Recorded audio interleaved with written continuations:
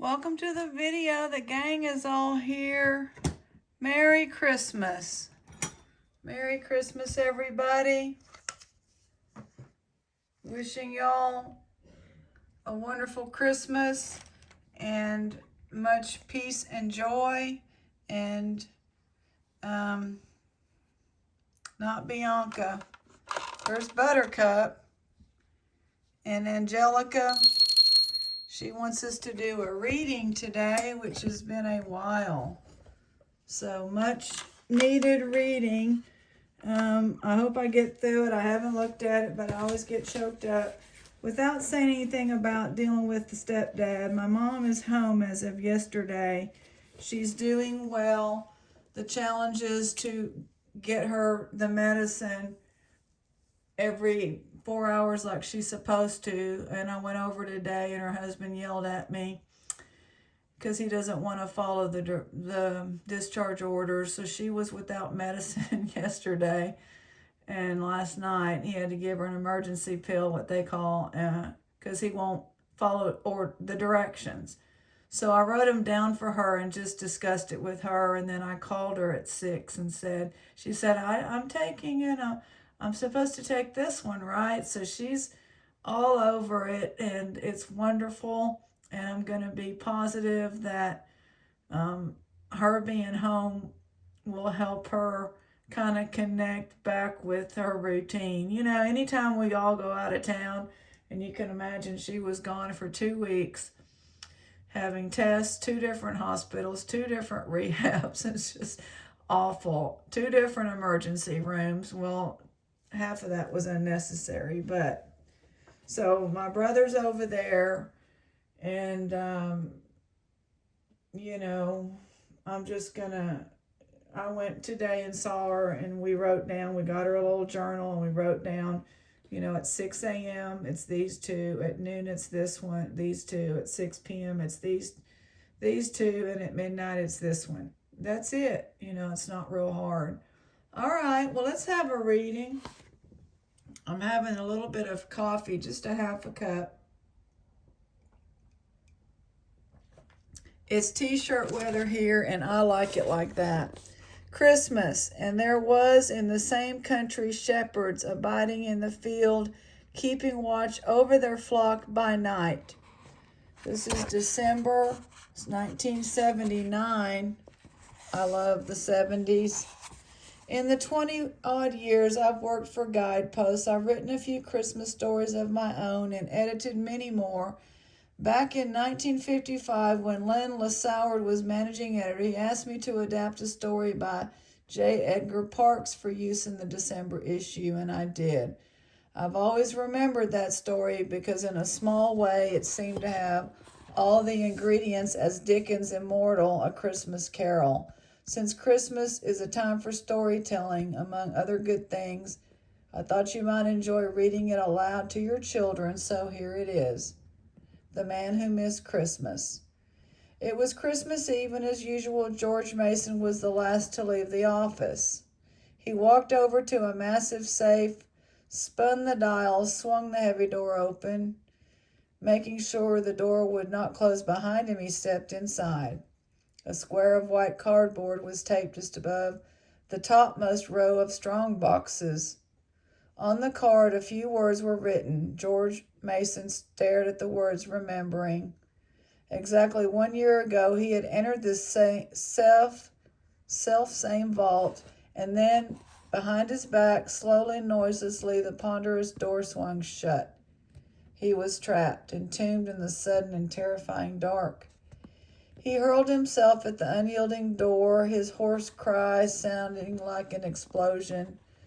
Through his mind flashed all the stories he had heard of man found suffocated in time vaults. No time clock controlled this mechanism. The safe would remain locked until it was opened from the outside tomorrow morning. Then the realization hit him. No one would come tomorrow. Tomorrow was Christmas. Once more he flung himself at the door, shouting wildly until he sank on his knees exhausted. Silence came, high-pitched singing silence that seemed deafening. More than 36 hours would pass before anyone came. 36 hours in a steel box, 3 feet wide, 8 feet long, 7 feet high. Would the oxygen last? Perspiring and breathing heavily, he felt his way around the floor. Then in the far right-hand corner, just above the floor, he found a small circular opening. Quickly, he thrust his finger into it and felt faint but unmistakable, a cool current of air. The tension release was so sudden that he burst into tears. But at last he sat up. Surely he would not have to stay trapped for the full 36 hours. Somebody would miss him. But who? He was unmarried and lived alone. The maid who cleaned his apartment was just a servant. He had always treated her as such.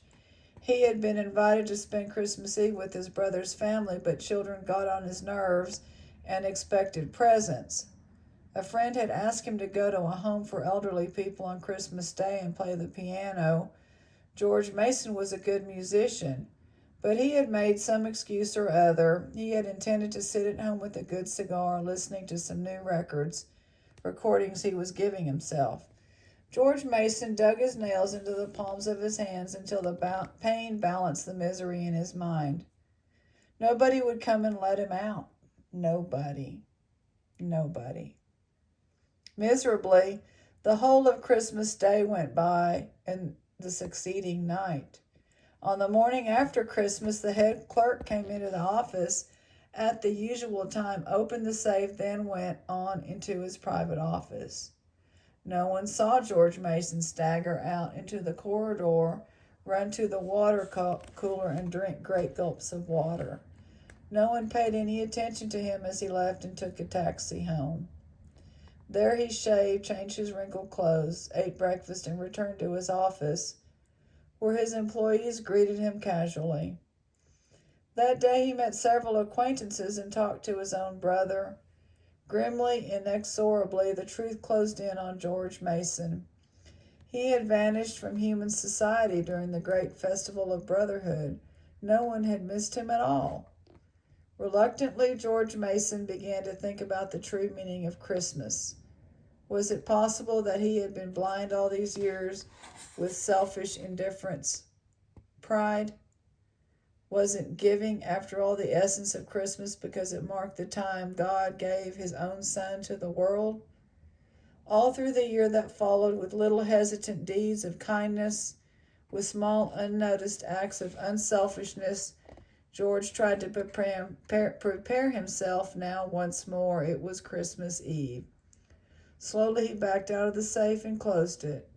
He touched its grim steel face lightly, almost affectionately, and left the office. There he goes down, his black overcoat and hat, the same George Mason as a year ago. Or is it? He walks a few blocks, then flags a taxi, anxious not to be late. His nephews are expecting him to help them trim the tree. Afterwards, he is taking his brother and his sister-in-law to a Christmas play. Why is he so happy?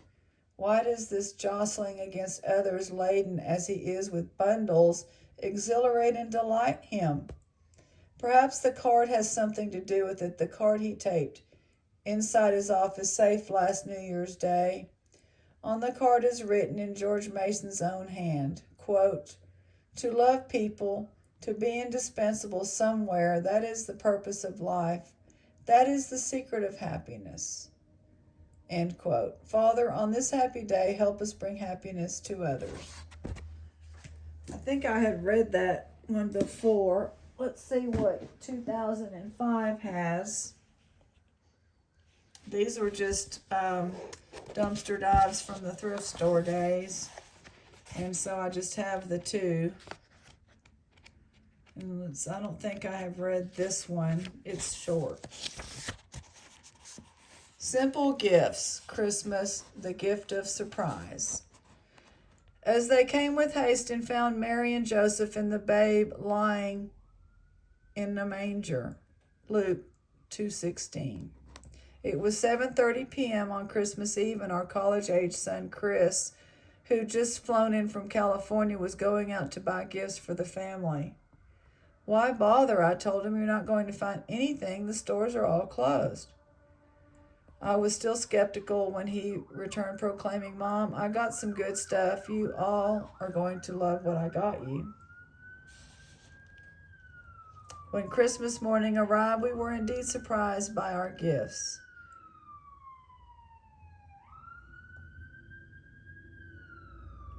I certainly didn't expect to unwrap a new pair of windshield wiper blades. I really needed these, I admitted, remembering how my windshield was always smeared.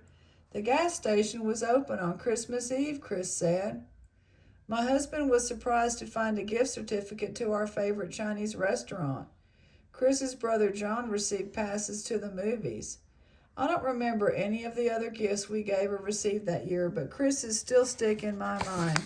Gifts I assumed would never materialize. They reminded me that the shepherds set out in the middle of the night and followed their hearts and found Jesus. Yes, my best present that Christmas came disguised as a pair of windshield wipers. Chris's last-minute gift showed me that a seeking spirit will always be able to find God's treasures. Father, this Christmas, as I thank you for the gift of your Son, help me seek out the gifts and graces I need to keep growing spiritually. Well, I want to just say thank you for all of your prayers and for your companionship.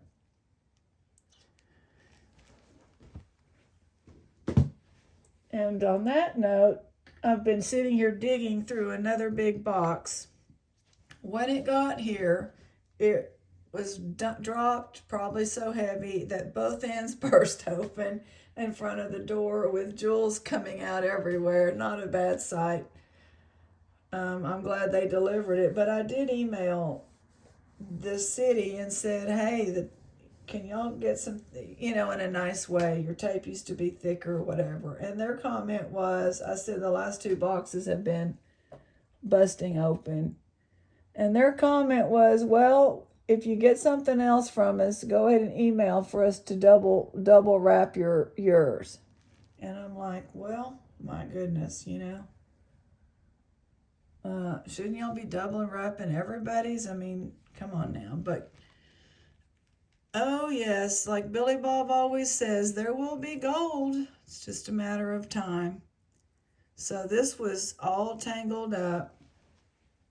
Wait a minute, I think that's the one. No, that's not the one. I knew I recognized that piece. It's this one. Look at this.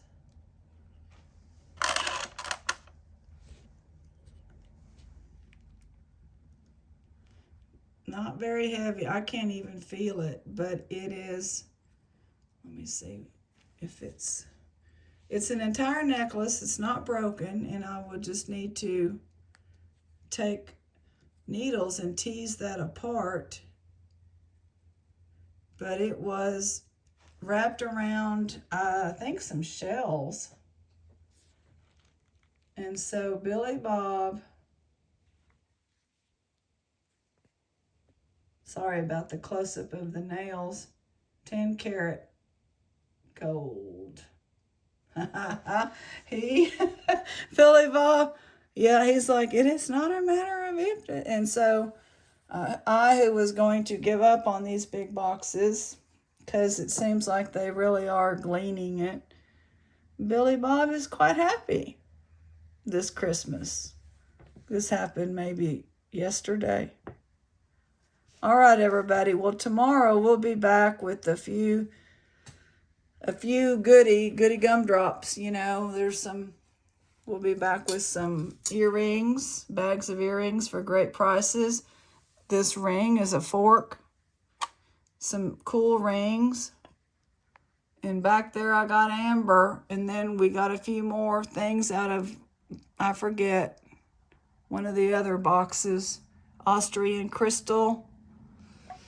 And who knows what else. And we'll just keep going. Merry Christmas, everybody. God bless.